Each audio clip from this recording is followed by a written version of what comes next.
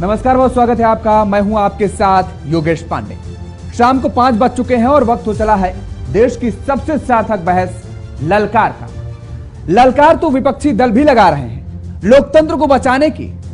अब बात लोकतंत्र की हो रही है तो चुनावों को लोकतंत्र का महापर्व कहा जाता है और प्रत्येक देश की जीवंत लोकतंत्र की नींव वहां होने वाले स्वतंत्र और निष्पक्ष चुनावों पर टिकी होती है। चुनावी प्रक्रियाओं में भाग लेना एक नागरिक का विशेषाधिकार भी होता है। हालांकि इस बात से इनकार नहीं किया जा सकता कि देश में यह प्रक्रिया भ्रष्टाचार से पूरी तरह प्रभावित है। देश में होने वाले चुनावों का भारी भरकम खर्च भारतीय चुनाव प्रणाली की सबसे बड़ी समस्या है। चुनावों में खर्च होने वाले अनगिनत पैसे या चुनावी फंडिंग के स्रोत को कुछ विशेषज्ञ अपराधीकरण से भी जोड़कर देखते हैं, जिससे देश में कानून तोड़ने वाले ही कानून निर्माता बन जाते हैं। और जाहिर है कि देश में होने वाले चुनावों में भारी भरकम खर्च करने के लिए राजनीतिक दलों को भारी भरकम फंड भी चाहिए होता है और इस फंड की व्यवस्था सियासी दल तो वैसे हमेशा से करते रहे हैं। लेकिन मोदी सरकार ने 2018 में राजनीतिक दलों की तरफ से फंड जुटाने के लिए बॉन्ड जारी किया था और जिसे चुनावी बॉन्ड कहा जाता है।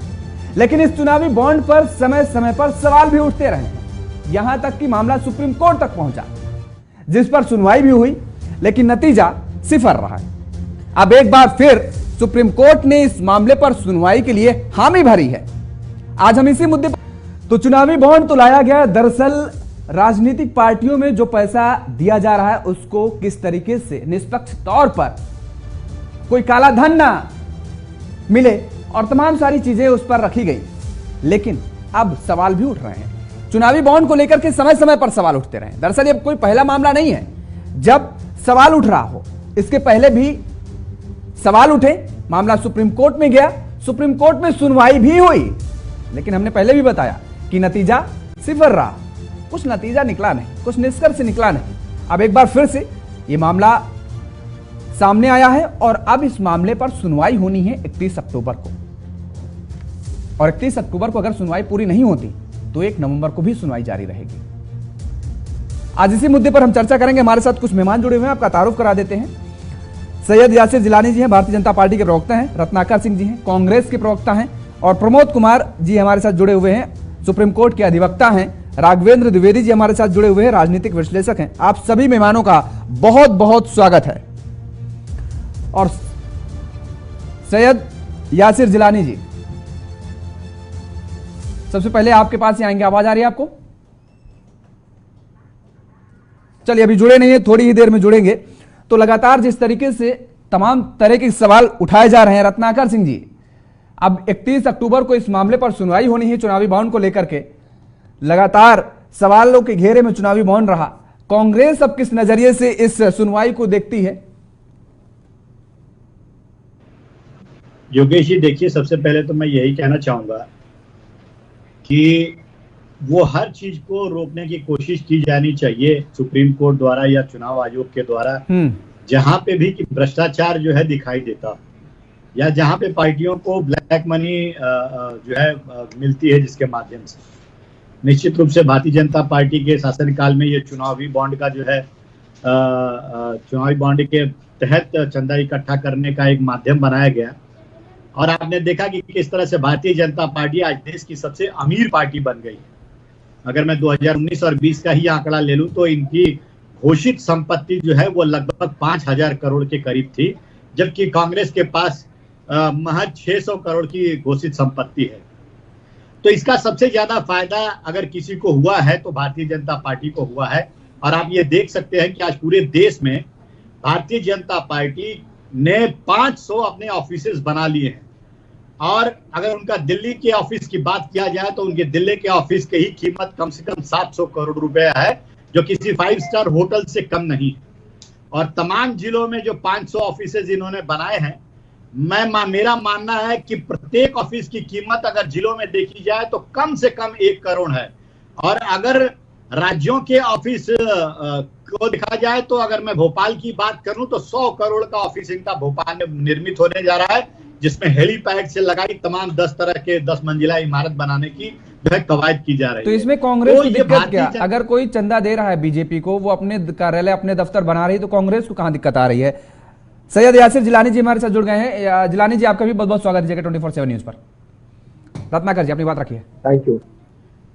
देखिए, जैसा कि अभी हलफनामा जो दायर किया गया सुप्रीम कोर्ट में योगेश जी, कहीं ना कहीं ब्लैक मनी को व्हाइट में करा करके और चुनाव इसको पार्टियां जो है अपने हिसाब से उसको इस्तेमाल करने का काम करती हैं, और जिसमें भारतीय जनता पार्टी को महारत है कि किस तरह से ब्लैक मनी को व्हाइट करके और अपने पार्टी के लिए वो इसको इस्तेमाल कर सके। मैंने आपको बताया कि तमाम जो है संपत्तियां इन्होंने अर्जित की है, वो इन्हीं माध्यमों से अर्जित किया है।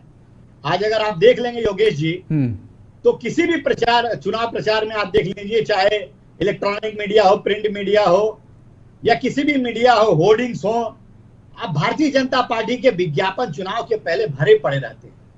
अगर मोदी जी का किसी शहर में कोई आगमन हो तो देख लीजिए, वहां के सारे अखबारों में मोदी जी फ्रंट पेज पे रहेंगे और सारे अखबार जो है भरे पड़े रहेंगे। लेकिन रत्नाकर जी, कोई नया ये कोई नया तो है नहीं, ये तो परिपाटी रही है, तो हमेशा से ऐसा चला आता रहा है।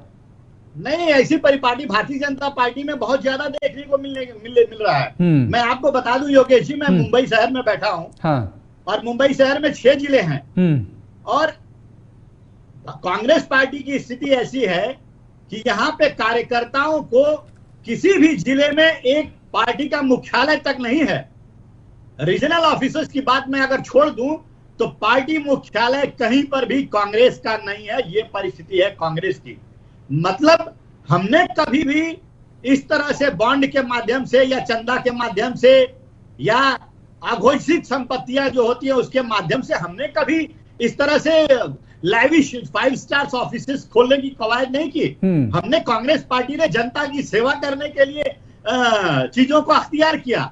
आज की संपत्ति के बारे में आप आंकड़ा मुझे तो अभी लेटेस्ट का मालूम नहीं है, लेकिन घोषित संपत्ति में 5,000 करोड़ से ज्यादा भारतीय जनता पार्टी के पास घोषित संपत्ति है, जबकि महज 600 करोड़ कांग्रेस के पास है। तो ये किस तरह से आए, ये जवाब देना पड़ेगा भारतीय जनता पार्टी। एक छोटा सा सवाल, उसके बाद आते हैं जिलानी साहब के पास। आप इलेक्टोरल बॉन्ड का केवल यानी विरोध कर रहे हैं, या फिर आप ये चाहते हैं कि कोई भी चंदा पार्टी में आए, किसी भी राजनीतिक दल में, वो सार्वजनिक होना चाहिए? देखिए योगेश जी, एक बात बताओ, जिम्मेदार नागरिक होने के नाते मेरा मानना यह है कि पार्टियों का जब चुनाव होता है या चंदा इकट्ठा किया जाता है या चुनाव में जो खर्चे होते हैं, निश्चित रूप से उन खर्चों जो है पारदर्शी होना चाहिए। और जो एक कैश मनी होता है, एक दिखाने के लिए होता है, ये सारा जो चुनाव आयोग को कहीं ना कहीं वो इस तरह से कवायद करनी चाहिए कि जो घोषित करने की जो संपत्ति है और जो अघोषित संपत्तियां चुनाव में जो इस्तेमाल होती हैं, उन पे रोक लगाई जाए। इससे होगा क्या? इससे होगा कि लोकतंत्र और मजबूत होगा। पैसे, आज सच्चाई आप भी जानते हैं कि आज का चुनाव पैसे का चुनाव हो गया है। अगर जो आदमी अच्छा कैंडिडेट हो, जो जनता में काम करता है, उसके पास अगर कम पैसा है तो उसके जीतने की संभावना कम होती है योगेश जी। अगर ये सारी चीजें सही तरीके से किया जाए, पैसों का जो है गलत प्रचलन रोक दिया जाए, तो निश्चित रूप से लोकतंत्र में अच्छे कैंडिडेट आना शुरू हो जाएंगे और लोकतंत्र हमारा मजबूत होगा। जी ठीक है। जिलानी साहब, इलेक्टोरल बॉन्ड के जरिए पार्टियों को चंदा देने वाले व्यक्ति के नाम का उजागर होने से किसे डर लग रहा है? देखिए, ये समझने की जरूरत है कि आज मंगलवार को सुप्रीम कोर्ट में जो आदेश आया है बॉन्ड को लेके, वो उसमें क्लियर है कि उन्होंने सूचीबद्ध कर दिया है 31 अक्टूबर को। और ये मामला आपको भी मालूम है कि 6 साल पुराना है।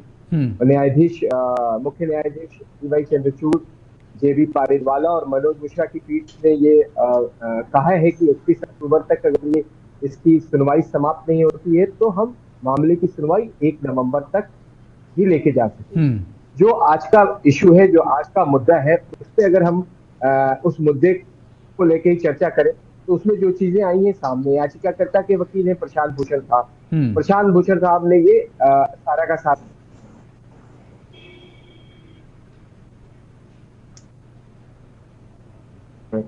उन्होंने पूरी कहानी, राम कहानी जो है वो जलेबी की तरह उसको गोल गोल गोल गोल घुमा रहे थे, लेकिन उन्होंने कोई इस तरह की। मेरी आवाज आ रही है क्या? जी आप बोलिए। हाँ जिलानी साहब आवाज आ रही है, बोलिए। तो उन्होंने क्या कहना चाह रहे थे? वो कह रहे हैं कि भारतीय जनता पार्टी के पास इतनी संपत्ति हो गई है, उन्होंने हर जिले में अपना दफ्तर खोल दिया है। ये भारत की जनता है, जनमानस है जो प्यार कर रही है, चंदा दे रही है। तो भारतीय जनता पार्टी ने अपना दफ्तर खोला, बिल्कुल ट्रांसपेरेंसी है, जहां हर जिले में खोला। कांग्रेस नहीं खोल पाई। 70 सालों में 57 साल एक परिवार की हुकूमत रही।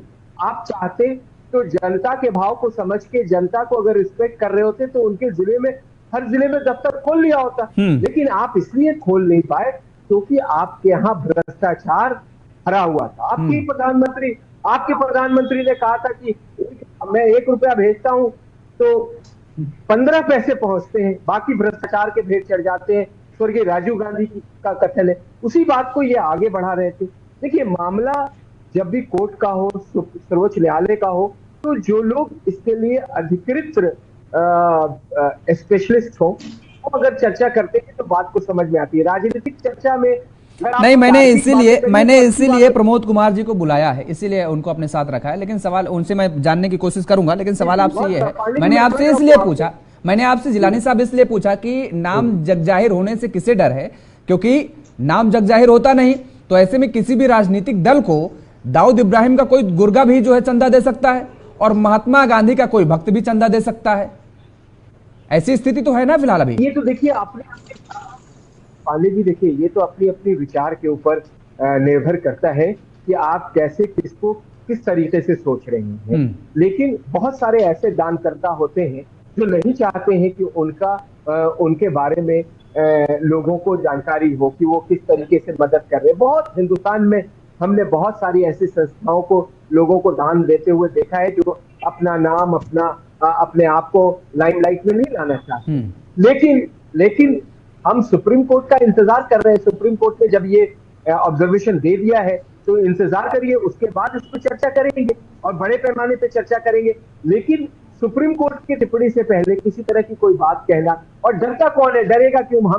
हम तो अपनी पार्टी की हर चीज सामने रखते हैं। हमारे यहाँ जितनी योजनाएं हैं लोगों के सामने है। हम क्या करते हैं, हर एक चीज मंडल से लेके राष्ट्र स्तर तक लोगों के साथ साझा करते हैं। और इसीलिए तो जनता हम पे अपार प्यार कर रही है, हम पे विश्वास कर रही है। और हम पे विश्वास करने का कारण भी यही है कि हम जनता पे विश्वास करते हैं। प्रमोद कुमार जी, अब बात सामने आई है, यासिर जिलानी जी कह रहे हैं कि प्रशांत भूषण जी ने तमाम से तरह की बात इधर उधर घुमाने की कोशिश की सुप्रीम कोर्ट के।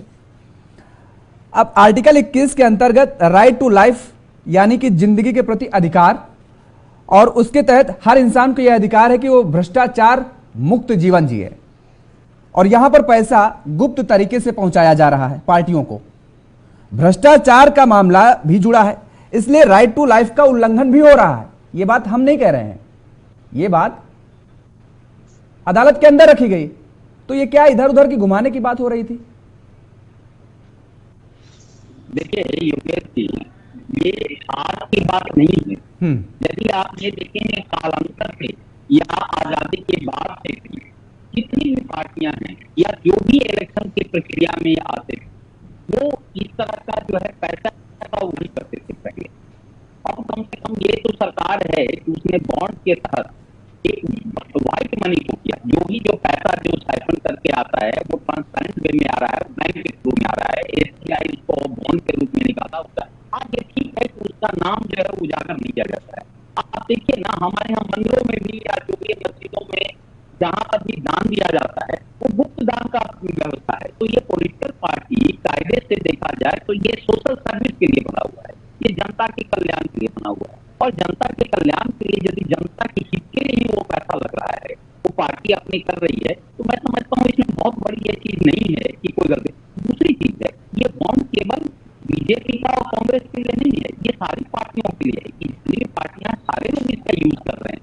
तो इसलिए ये करना ये केवल छुपाने के लिए या इसको ये करने के लिए किया गया है, मैं समझता हूँ कि ये तार्किक नहीं है। और यही वजह है कि जब माननीय सर्वोच्च न्यायालय में इसमें बहुत सारे शर्त रखा गया कि इसमें जो है सिक्योरिटी आप रख रहे हैं, डिस्क्लोज नहीं कर रहे हैं नाम को, तो कोर्ट ने उस पर स्टे नहीं लगाया। ये भी लगाया कि नहीं, ये काफी सालों से चल रहा है, क्योंकि ये जैसा कि आप देख रहे हैं ये मैटर जो है ये 2017 में पास हुआ था और 2018 में इसको इम्प्लीमेंट किया गया। तब से ये केस माननीय सर्वोच्च न्यायालय में। लेकिन प्रमोद जी, सवाल तो 17 से उठने लगे थे ना। इलेक्शन कमीशन ने भी सवाल उठाए थे, आरबीआई ने भी सवाल उठाए थे, सवाल तो तुरंत से उठने लगे थे। हाँ बिल्कुल था, लेकिन आज तक कोई स्टे नहीं मिला था इस पे, किसी तरह का माननीय सर्वोच्च न्यायालय ने स्टे नहीं दिया है और ना ही ये कहा कि हाँ इसके नाम का डिस्क्लोज कीजिए। इस पर अभी बात होनी है और मैं नहीं समझता हूँ कि ये इन्वर्टर है बहुत ज्यादा।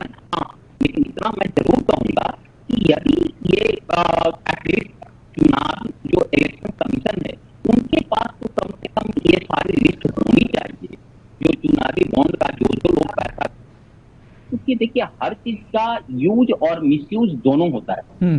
किसी चीज को पर्पस इसका जो बॉन्ड के, जब जेटली साहब लॉ मंत्री थे तो ये बनाने का ये पर्पस था कि बॉन्ड जो हम लाएंगे तो ब्लैक मनी को आप जो भी लाइएगा साइफन आप बैंक से कीजिएगा, तो जो बैंक में आएगा वो गवर्नमेंट का जो है वो बिल्कुल व्हाइट मनी होगा, ब्लैक मनी नहीं होगा। तो ये जो भी आप डोनेशन दीजिएगा वो व्हाइट मनी में दीजिए। हाँ ठीक है, डिस्क्लोज ना करना वो एक इतर बातें होती है, लेकिन आपको जो पैसा आएगा वो ब्लैक मनी नहीं है। पहले क्या होता था कि ब्लैक मनी यूज होता था, इवन करप्शन का पैसा यूज होता था, इवन ये चोरी डकैती का पैसा होता, बड़े बड़े जो आप देखिए कुख्यात जो डकैत। अच्छा प्रमोद जी, एक बात बताइए, नाम भी बता दूं, प्रमोद जी मैं आपसे समझने की कोशिश करूंगा। होते थे वो अपना यूज। ठीक है, आज सरकार भारतीय जनता पार्टी की है, XYZ किसी की सरकार हो, सपोज दैट कल किसी की और की होगी, कल परसों किसी और की होगी, जिस पार्टी की सरकार है वो चाहे तो ये जान सकती है कि किसने पैसा दिया है, क्योंकि एक इलेक्टोरल बॉन्ड में एक अल्फा कोड होता है जो कि SBI रेड कर सकता है। ठीक है, तो सरकार तो ये जान सकती है कि किसे कितना, एक सेकंड रुक जाइए, सरकार तो ये पता कर सकती है किसे किसने पैसा दिया। लेकिन सरकार किसी की भी हो सकती है, आज बीजेपी की, कल किसी और की हो सकती है, या XYZ को जो भी हो। तो ऐसे में कोई भी व्यक्ति, हम हो या आप हो, हम किसी ऐसी पार्टी को चंदा क्यों देंगे जहां उस जाहिर तौर पर एक हाथ से दो तो दूसरे हाथ से लो। आज की प्रक्रिया तो यही चल रही है ना, नियम तो यही कह रहा है वर्तमान में, ह्यूमन नेचर। तो हम किसी ऐसी पार्टी पर पैसा क्यों फेंकेंगे या चंदा क्यों देंगे उसको जिससे हमें कोई बेनिफिट ना हो।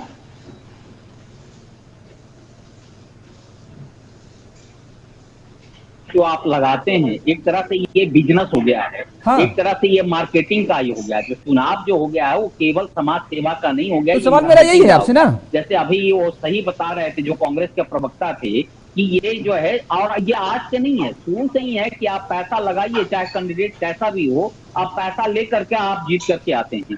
तो निश्चित रूप से इसको कुछ सुधारने की कोशिश किया गया और आगे भी यदि जो पावर में है तो निश्चित रूप से है कि यदि उसमें आप डिस्क्लोज करते हैं, जैसे इसमें आधार कार्ड का नंबर होता है, उससे ये पता हो जाता है कि किसने दिया।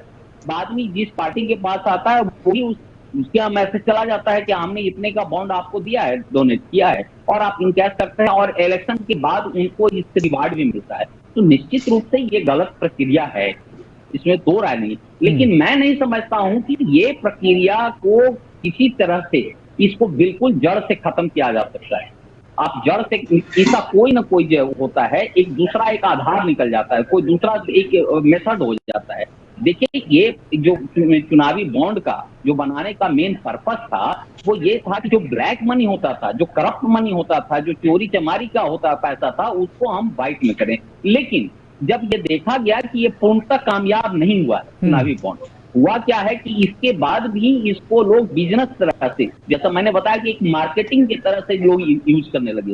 हाँ जी, आप लगाए बॉन्ड और उसके बाद जीत गए तो उसको डबल और ट्रिपल में कर करके, जैसा इंफॉर्मेशन मिला है कि वो जो पार्टी बॉन्ड दिए हैं या जो बिजनेसमैन दिए हैं करोड़ों रुपए का, उनको रिटर्न में मिल जाता है या उनके बदले में वो काम किया जाए। तो एक तरह से देखिए कि ये एक तरह से एक घूस की काम होता है, ये करप्शन का एक गड्ढा बना है। लेकिन ये पहले भी था, आज भी है, और मैं नहीं समझता हूं कि भाई माननीय सर्वोच्च न्यायालय इसको रूपांतर करके नाम डिस्क्लोज भी कर देती है तब भी इसका गलत मिसयूज ही होगा, क्योंकि तरीके बदलेंगे, चीजें वही हैं। आप कहने का मतलब कि इसको हमको गलत मेथड में कमाना है या मार्केटिंग करना है, तो मार्केटिंग कहीं से भी वो निकाल लेगा, उसका गलत मिसयूज करेगा, एक नए रास्ते का इजाद कर लिया जाएगा। सारी पार्टी कर रही है। ठीक बात। राघवेंद्र द्विवेदी जी नहीं कर रहा, सारी पार्टी कर। ठीक है सर। राघवेंद्र द्विवेदी जी, कांग्रेस तो थोड़ा सा खुश हो रही है, विपक्ष जो है खासतौर पर थोड़ा सा खुश हो रहा है। 31 तारीख को सुप्रीम कोर्ट में मामले की सुनवाई है और राहुल गांधी तो हमेशा से कहते रहे हैं, पहले भी कहते रहे हैं कि काला धन और भ्रष्टाचार का सबसे नया तरीका जो इजाद किया गया है वो इलेक्टोरल बॉन्ड के जरिए इजाद किया गया है।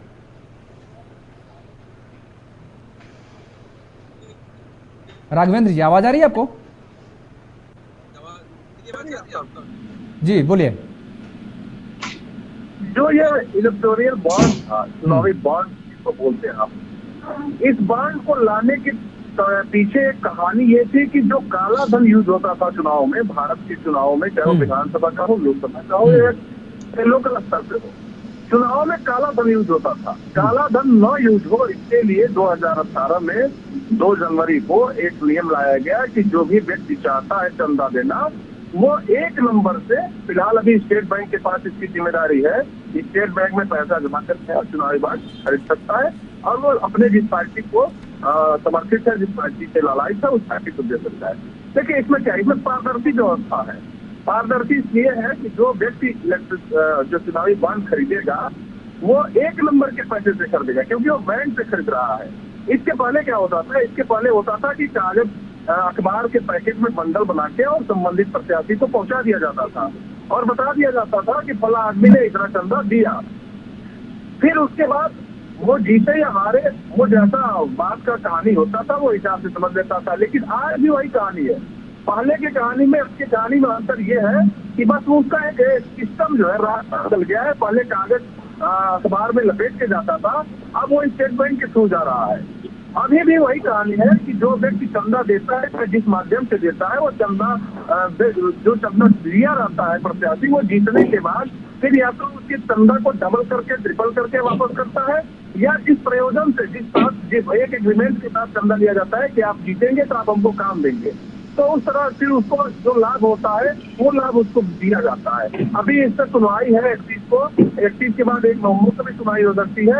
अगर इस पे ये मामला हट जाता है, सुप्रीम कोर्ट अगर हटा देती है, तो वाकई इसमें सबसे ज्यादा फायदा जो होगा विपक्ष को होगा, क्योंकि विपक्ष को सबसे ज्यादा जो चंदा मिलता है वो इलेक्ट्रिकल बॉन्ड के तरफ नहीं मिलता है। इसके पहले जो भी चंदा मिले हैं वो नगद मिले हैं, और जब पार्टियों को नगद चंदा मिलता है, प्रत्याशियों को नगद चंदा मिलता है, तो उनको खर्च करने में कोई हिचक नहीं होती है। वो जितना चाहे उतना खर्च कर सकते हैं, क्योंकि उनके ऊपर कोई दबाव नहीं रहता है, कोई उनको हिसाब नहीं देना होता है। लेकिन जब वही आप नियत कानून में बच जाएंगे, बैंक के थ्रू जाएंगे, बैंक से आप पूरा लेखा जोखा बताएंगे कि हमको कितना मिला, कितना दिया, कितना बचा, तो फिर इस स्थिति में थोड़ा समस्या होता है। अब देखना यह है कि 31 अक्टूबर और 1 नवंबर को सुप्रीम कोर्ट की क्या फैसला आती है। ठीक है राघवेंद्र जी, आपने और प्रमोद जी दोनों लोगों ने कहा कि जो जितना पैसा इन्वेस्ट करता है जिस पार्टी में, उससे 2 गुना, 3 गुना, 4 गुना पार्टी उसको जीतने पर फायदा पहुंचाती है। तो सीधे तौर पर यह तो घूस है।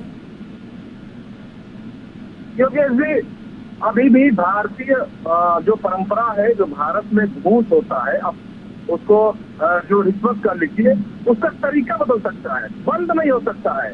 आप अमूमन देख लीजिए कि जज बैठा है ऊपर पे, ऊपर जो कुर्सी है, और नीचे उसको तारीख देने के लिए जो उसका छोटा अधिकारी, मुंशी बाबू जो भी होता है, वो उससे पैसा लेता है। आप एक आए जात निवास बनवाने जाते हैं, आप भले जानते हैं कि हमारा पैसा नहीं लगेगा, लेकिन बिना पैसा दिए नहीं तो पब्लिक को तसल्ली है और नहीं। अरे आप कहाँ बनता है भाई यासिर जिलानी जी? अभी मैं यासिर जिलानी जी से पूछूंगा, अभी पैसे लेते हैं क्या राघवेंद्र जी? तहसीलों में भी पैसे लेते हैं प्रमाण पत्र बनाने के लिए? बिल्कुल। अगर आपको तत्काल चाहिए तो कांग्रेस की सरकार में कहीं लेते हो तो लेते हो। बोलिए राघवेंद्र जी, बोलिए। अगर आपको अपनी कागज प्रॉपर वे में आगे बढ़ानी है, हाँ। तो उससे योगेश जी पेपर वेट रखना होता है, चाहे वो कांग्रेस की सरकार हो, हाँ। चाहे वो जिसकी सरकार हो। देखिए, भ्रष्टाचार हमारे देश से अभी समाप्त नहीं हुआ है। हाँ, कुछ मामलों में कम हुआ है, टाइमिंग को लेके कम हुआ है। एक आय जात निवास सपा के सरकार में 2 महीने में बनता था, भाजपा के सरकार में 1 महीने बनता है। टाइमिंग की कमी है, लेकिन जो दिनचर्या है, जो उसका एक तरीके से जो लाइन बना हुआ है, वो लाइन अभी भी है। मतलब जो मिठाई का डिब्बा पहले पहुंचाना होता था वो भी अभी भी पहुंचाना होता है, केवल टाइमिंग का थोड़ा सा कम हो गई, टाइमिंग कम हो गई है। बिल्कुल बिल्कुल, बस चलिए। टाइमिंग का थोड़ा सा जो जवाबदेही योगी सरकार ने तय कर दिया, उसमें थोड़ी टाइमिंग की अब वो पाबंदी खत्म हो गई है। चलिए ठीक है। जी। सैयद यासिर जिलानी जी, हम एक बात आपसे समझना चाहेंगे। पहले भी मैंने आपसे सवाल वही किया कि कोई अपराधी, माफिया, कैसे भी व्यक्ति किसी पार्टी को चंदा दे, आपने उसका तर्क दिया कि कई बहुत सारे ऐसे लोग होते हैं जो कि चंदा देते हैं, दान करते हैं, लेकिन वो अपना नाम बताना नहीं चाहते, गुप्त दान के तरीके में वो करना चाहते हैं। खास तौर पर ऐसी चीजें हमने मंदिरों में देखी हैं, जहां पर भगवान के प्रति लोगों की आस्थाएं रहती हैं। हो सकता है पार्टियों में भी लोगों की, उनके कार्यकर्ताओं की आस्थाएं हों, हो सकता है बिजनेसमैनों की भी आस्थाएं हों जो ऐसा करते हों, लेकिन सवाल यहां पर यह है कि बिल्कुल जीरो ग्राउंड से मैं सवाल पूछ रहा हूं यासिर जिलानी जी। एक कॉमन पर्सन, एक व्यक्ति, मान लीजिए मुझे कोई व्यक्ति उपहार देता है, कोई भी, एक सेकंड के लीजिए, मान लीजिए किसी माफिया ने मुझे 4 लाख का कोई उपहार तोहफा दे दिया और कल उस अपराधी का एनकाउंटर हो गया, बड़े बड़े अपराधों का चिट्ठा खुला, फिर उसमें यह तय किया जाएगा कि आखिर इसने पैसे ट्रांसफर किसके किए। उसमें नाम आएगा योगेश पांडे का, तो योगेश पांडे की गिरफ्तारी होगी, पूछे जाएंगे सवाल कि 4 लाख रुपए आपको तोहफा किस उपलक्ष्य पे दिया, भले ही बर्थडे गिफ्ट दिया हो, भले ही मेरा कोई औचित्य भी ना हो, लेकिन पूछा जाएगा ना। तो ये लोकतंत्र है, लोकतंत्र में पारदर्शिता बनाना राजनीतिक दलों की जिम्मेदारी होती है, और अगर ये पारदर्शिता नहीं आएगी तो फिर आप कैसे ये दावा कर सकते हैं कि लोकतंत्र बहुत मजबूत है। तो एक बात बताइए आप पांडे जी, कि चुनावी बॉन्ड को लेकर जो आप चर्चा कर रहे हैं, उसमें सरकार ने भी, केंद्र की सरकार ने इसी ट्रांसपेरेंसी की बात करी है, पारदर्शिता की बात करी है। और अभी हमारे पैनलिस्ट ने बात रखी है कि ये इसमें जब आप इलेक्ट्रॉल बॉन्ड की बात करेंगे तो आप अपनी सारी जिम्मेदारी खुद लेते हैं। और आज के डेट में जो बौखलाहट है विपक्ष के सामने, जो हताशा है विपक्ष के सामने कि हर काम के अंदर ट्रांसपेरेंसी आ गई है। अब आप बैठे देखिए, आपको संविधान ने ताकत दी है, आप कोई भी बात कह सकते हैं। अभी उन्होंने कहा कि पहले 2 महीने लग जाते थे, लेकिन पेपर वेट जरूर रखा जाता है। लेकिन हमने तो देखा है कि बहुत सारी चीजें बहुत तेजी से बदल रही हैं। क्यों बदल रही है? क्योंकि ट्रांसपेरेंसी है, एक विश्वास है कि भ्रष्टाचार खत्म हो रहा है, भ्रष्टाचार पे जीरो टॉलरेंस जहां जहां है। मैं ये बिल्कुल नहीं कहूंगा कि हर जगह से बिल्कुल एक तरीके की बात हो गई, लेकिन अब भारत का मिजाज और मूड और जनता, जो लोग हैं, उनका भी मिजाज बदल रहा है। अब वो सवाल करते हैं, अब वो पेपर वेट पे सवाल करते हैं कि वो वेट हम नहीं करेंगे, क्योंकि हमें जानकारी, हर चीज ऑनलाइन अभी व्यवस्था मौजूद है।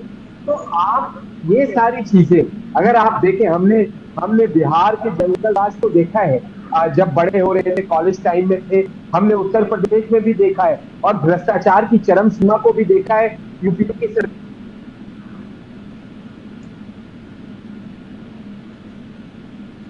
आपकी आवाज चली गई जिलानी, लेकिन हाँ आ गई। ट्रांसपेरेंसी के इस दौर में पांडे जी, हाँ। चीजों में बदलाव आ रही है, चीजें बदल रही है। आपको ये सोचना पड़ेगा कि जो कमिटमेंट होती, जैसे अभी ये बात हो रही है कि प्रत्याशी, पहले पैसे मिल जाते थे प्रत्याशी को पेपर के अंदर लपेट, तो प्रत्याशी को अपने खर्चे की कॉपी अगर उसने पिछले चुनाव में जमा नहीं किया होगा, तो इस वाले चुनाव में अगर उसको किसी भी दल ने टिकट दे दिया, नॉमिनेशन कैंसिल हो जाएगा। अगर वो सामने नहीं रखता है जो को देखने वाले लोग, तो ये आप इन सारी चीजों को बदलाव के रूप में देख सकते। और यासिर जी, आपकी आवाज फिर गई, लेकिन सवाल यहाँ पर ये उठ रहा है, अभी प्रमोद जी ने कहा कि तरीके बदले हैं, ठीक है, हमने मान लिया, लेकिन अब कांग्रेस के शासन में 20,000 से जो कम देते थे चंदा, उनके नाम नहीं उजागर किए जाते थे, चीजें वही थी, लगभग वैसी ही होती थी, क्योंकि सभी पार्टियां वैसे कर देती थी। हमारा सवाल इतना सा है कि आम जनता का अधिकार ये है कि नहीं कि सभी राजनीतिक दलों को एक एक पैसा अगर कोई भी दे रहा है, कहीं से मिल रहा है, कहां से आ रहा है और कहां जा रहा है, ये आम जनता को जानने का अधिकार है या नहीं? मैं केवल सीधा सा जवाब जानना चाह रहा हूं आपसे। योगेश भाई, मैं चुनाव लड़ चुका हूं, आप बिलीव करो कि हम अपनी पूरी डिटेल, हम कैंपेन का जो टाइम है उससे निकाल के कैंडिडेट चुनाव का आपका जांच होता है, उसके साथ 24 घंटे में एक बार बैठ के कोऑर्डिनेशन इसलिए बनाता है कि आप कोई भी चीज आपकी हिसाब किताब गलती ना हो जाए। अगर देखिए, ये परसेप्शन है, एक नैरेटिव जो लोगों ने पॉलिटिकल डिस्कोर्स जिसको कहते हैं कि चुनाव लड़ रहे हैं तो पैसा उसमें लगेगा, जिनके पास पैसा नहीं है वो चुनाव नहीं जीत सकते, ये कांग्रेस कह रही है, मैं नहीं कह रहा हूँ। लेकिन हम इसी भारत में बहुत सारे ऐसे कैंडिडेट थे जो बहुत निम्न वर्ग के थे, बहुत, लेकिन जनता में उनका प्यार था और वो चुनाव विधानसभा पहुंचे, लोकसभा पहुंचे और उन्होंने रिप्रेजेंटेशन बहुत लंबे वक्त तक किया है। तो ये बदलाव भारत में दिख रहा है, इसके लिए हम सामूहिक तौर पे सबकी तारीफ कर सकते हैं। मैं पीछे की सरकारों की भी तारीफ कर सकता हूं और अभी की जो सरकार बहुत सख्ती के साथ इन सारी चीजों को लागू कर रही है, उसका श्रेय उन्हें भी देना चाहिए और सबको मिलकर सामूहिक तौर पे देना चाहिए। ठीक है, सवाल का जवाब हालांकि नहीं आया है रत्नाकर जी, क्योंकि मैंने आपसे पूछा था कि एक एक पैसे का हिसाब आम जनता को जानना चाहिए या नहीं, पार्टी कहाँ से आ रही है, पार्टी के पास पैसा कहाँ से आ रहा है और कहाँ जा रहा है। रत्नाकर जी, आप लोग जो इस इलेक्टोरल बॉन्ड को लेकर के हो हल्ला कर रहे हैं, प्रमोद जी भी कह रहे हैं चीजें तो पहले वही भी थी, जाहिर तौर पर है आप लोग भी 20,000 से कम का जो भी चंदा मिलता था उसको नहीं दर्शाया जाता था और मोस्टली यही होता था कि सभी लोग यही कह देते थे कि भैया 20,000 से कम हमें चंदा मिला है। तरीका बदल गया है केवल अब। देखिए योगेश जी, मैंने आपको पहले बहुत स्पष्ट रूप से कहा कि ये जो पार्टियां हैं वो पार्टियां हैं या सरकार है वो जनता के द्वारा और जनता के लिए बनी है और जनता द्वारा चुनी जाती है। निश्चित रूप से अगर उससे संबंधित कोई भी खर्चे होते हैं वो जनता को भी मालूम होने चाहिए, क्योंकि लोकतंत्र है। पारदर्शिता अगर जितनी ज्यादा रखेंगे, अगर जनता के प्रति जवाबदेही उतनी ज्यादा रहेगी हमारी और उतना सुविधाजनक रहेगा। मेरा सवाल भारतीय जनता पार्टी के जो हमारे ऊपर इल्जाम लगा रहे थे गिलानी जी और चंदे का सही इस्तेमाल कह रहे थे कि उनकी पार्टी कर रही है, और हमने तो सही इस्तेमाल नहीं किया, हमने अपने पॉकेट भरने का था। तो मैं पूछना चाहूंगा कि अभी विजयवर्गीय जी ने कुछ दिन पहले अपने चुनावी सभाओं में ये कहते हुए नजर आ रहे थे कि भाई जो जहां पे भी जिस वार्ड में भी कांग्रेस को अगर वोट नहीं मिलेगा उस वार्ड के अध्यक्ष को 51 हजार रुपए वो देंगे। तो ये 51,000 पार्टी फंड से आएगा कि विजयवर्गीय जी देंगे अपने पॉकेट से? जरा क्लियर कर दीजिएगा, ठीक है। और दूसरी चीज सबसे महत्वपूर्ण चीज ये है, यूनिवर्सिटी की जानकारी मत दीजिए, आप FIR कराइए। अगर कोई इस तरह की बात आई है तो दिग्विजय को कहिए, वो तो बहुत वोकल है, FIR करा दे वहां पे। गलत बात, झूठ बात का प्रचार मत करिए। तार्किक डिबेट होती है, योगेश पांडे अच्छी डिबेट करने के लिए जाने जाते हैं, उसमें झूठ बोल के आप कब बोला आप बताइए। अगर आपके पास कोई एविडेंस है तो आपके पास कोर्ट की ताकत है, आप उसका इस्तेमाल करिए। और आपके नेता तो बहुत वोकल है, दोनों लोग, चाहे कमलनाथ हो चाहे दिग्विजय सिंह हो, वो कराए ना, पता चल जाएगा उन्हें। ये बात मत करिए, आप अपनी बात रखिए। अब मैं बोलूं जिलानी जी, अब मैं बोलूं?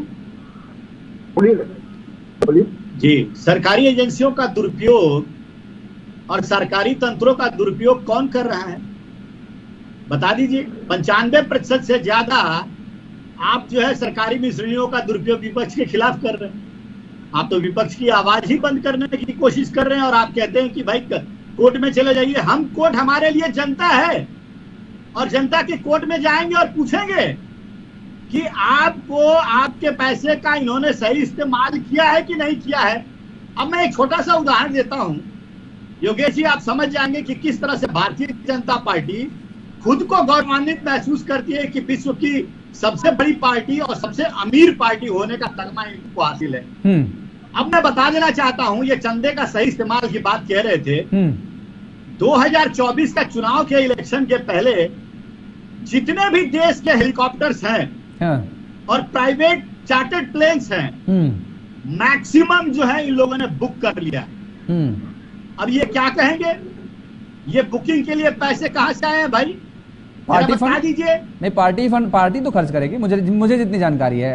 आपकी भी पार्टी खर्च करती होगी। पानी भी मैं जवाब दूं, अगर आप जवाब सुने तो पार्टी फंड चंदा है पास। हाँ सुन लीजिए, सारी चीजें कह लेने दीजिए, एक एक चीज कह लेने दीजिए। बहुत सारे पॉइंट्स मैंने नोट किए हैं, ठीक है। तो ये बता देंगे ये पार्टी फंड में कहा 700 करोड़ का ऑफिस बनाते हैं, देश भर में 500 ऑफिसर्स बना लिए और हेलीकॉप्टर सारे बुक कर लेते हैं 5,000 का इनके पास करोड़ का घोषित है पैसा, कहां से आया है ये पैसा भाई, ये बता दीजिए आप। चलिए जिलानी साहब बताएंगे। हालांकि 95 से 90 से 95% इलेक्टोरल बॉन्ड सारे बीजेपी को जा रहे हैं, तो फिर जाहिर तौर पर खर्च तो करेंगे। जिलानी जी जवाब दीजिए। देखिए, मैं रत्नाकर जी के बीच को, हताशा को समझ सकता हूँ। रत्नाकर जी, ये जनता ने ही तो इतना प्यार दिया है और तब भी गौरवान्वित महसूस करते थे। जब आप हमारा तिरस्कार करते थे अपने उसी संसद के अंदर आपके नेता, तब भी हम गौरवान्वित महसूस करते थे और गर्व होता था कि हम भारतीय जनता पार्टी के और विचारधारा के लिए जो हमारे 80 के मैनिफेस्टो में जो चीजें थी वो आज भी हमारे मैनिफेस्टो में, कहां से आए हैं, मैं बता दूंगा आपको कितना गौरवान्वित महसूस करते हैं। सुन तो लीजिए भाई साहब, सुन लीजिए। ये जनता, भारतीय जनता किसी बाहर से हजारों करोड़ प्रधानमंत्री जी अपने प्रचार और प्रसार पे खर्चा करते हैं, वो जनता के पैसे हैं कि पार्टी फंड के पैसे, बता दीजिए। अघोषित लोगों ने मदद नहीं करी है। पूछा जा रहा है उसका जवाब दीजिए। 50 चीज में आपके खिलाफ बता सकता हूँ। इतना बड़ा और 6,000 करोड़ प्रधानमंत्री जी अपने प्रचार प्रसार पे खर्चा करते हैं, वो पैसे किसके हैं, पार्टी फंड के हैं या फिर आपके पैसे हैं या जनता के पैसे हैं? यही भारतीय जनता, लोकतंत्र और जनार्दन, जनता जनार्दन इसीलिए कहे जाते हैं रत्नाकर जी। योगेश जी, सुन लीजिए, जो पार्टी 400 से ज्यादा लोकसभा, ठीक है, एक सेकंड, दोनों लोगों को रोकेंगे, दोनों लोगों को रोकेंगे। आप मुझे समझ दीजिएगा, मैं जनता जनार्दन है और भारत की जनता जिससे प्यार करती है पूछेंगे। उसको अरे भैया, हम लोग क्या एक किस्सा कहा गया। अच्छा, एक सेकंड मुझे रत्नाकर जी रुकिए। खुरपी के, अरे सुनिए योगेश जी, खाली बस 1 मिनट दूंगा, ज्यादा नहीं दूंगा। हम लोग क्या है कुछ किस्सा कहा जाता है कि हंसुए की शादी में और खुरपी का गीत गाना, वही कर रहे हैं गिलानी जी। जब मैं पूछ रहा हूं कि हजारों करोड़ रुपया जो है आप लोगों ने कहां से लाए, तो ये उसका जवाब नहीं दे करके यशस्वी प्रधानमंत्री, भारत विश्व गुरु, ये सारा कहानियां किससे बताएं। चलिए ठीक है, और मैं बता दूं, ये भ्रष्टाचार की बात कर रहे हैं, ये भ्रष्टाचार दोनों लोग हमारे ऊपर लगा रहे हैं। अरे सुनिए महाराज, सुन लीजिए, क्षमता रखिए, दोनों लोगों को रोकेंगे। सैयद यासीन जिलानी जी आप भी रुकिए, रत्नाकर जी आप भी रुकिए, आप भी रुकिए। दोनों लोगों को रोकेंगे, दोनों लोगों को रोकेंगे, दोनों लोगों को रोकेंगे। प्रमोद जी राघवेंद्र जी के पास जाएंगे। एक सेकंड रत्नाकर जी, समय कम है, समय कम है क्योंकि कहानियों का समय पर समय व्यतीत हो जाता है ना। कर्नाटक में 40% कमीशन वाली सरकार थी, जनता ने भ्रष्टाचार पे की बुनियाद पे जो बनी हुई सरकार को गिरा दिया। ठीक है, अच्छी बात है, अच्छी बात है, आपको विजय हासिल हुई है। 5 राज्यों में फिर चुनाव है, नतीजे बहुत ज्यादा दिन नहीं है, तारीखों का भी ऐलान हो गया है। ठीक है, राघवेंद्र जी आपसे एक बात समझना चाहेंगे बहुत कम शब्दों में। बड़े घोटाले। ठीक है, आ गई बात, आ गई रत्नाकर जी, आ गई आपकी बात, आ गई। राघवेंद्र जी, जनता को ये जानने का अधिकार है या नहीं है कि राजनीतिक दलों के पास पैसा कहां से आ रहा है और कहां खर्च हो रहा है? बहुत सीधा सा सवाल। योगेश जी, भारत में जो भ्रष्टाचार है, खासकर जो जिस मुद्दे पर हम लोग बात कर रहे हैं, हाँ।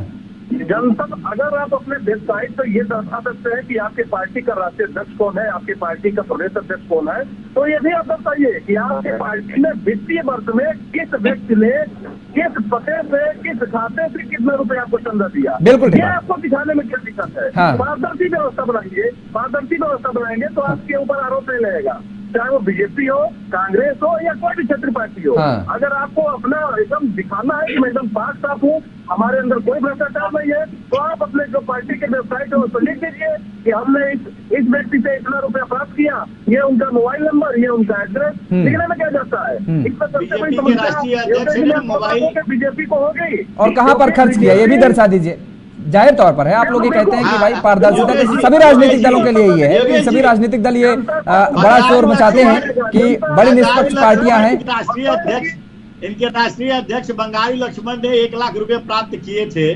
मैंने उतना में नहीं जाएंगे, तो वैसे कांग्रेस का भी बहुत अभी यासीन जिलानी जी खोलना शुरू कर देंगे तो फिर आप कहानियां सुनाने लगेंगे। खैर, अब सभी मेहमानों, सभी को रोकेंगे, समय का अभाव है इसलिए माफ कीजिएगा मुझे, और चर्चा कहीं पे विराम देंगे। आप सभी मेहमानों का हमारे साथ जुड़ने के लिए बहुत बहुत शुक्रिया, बहुत बहुत धन्यवाद समय देने के लिए।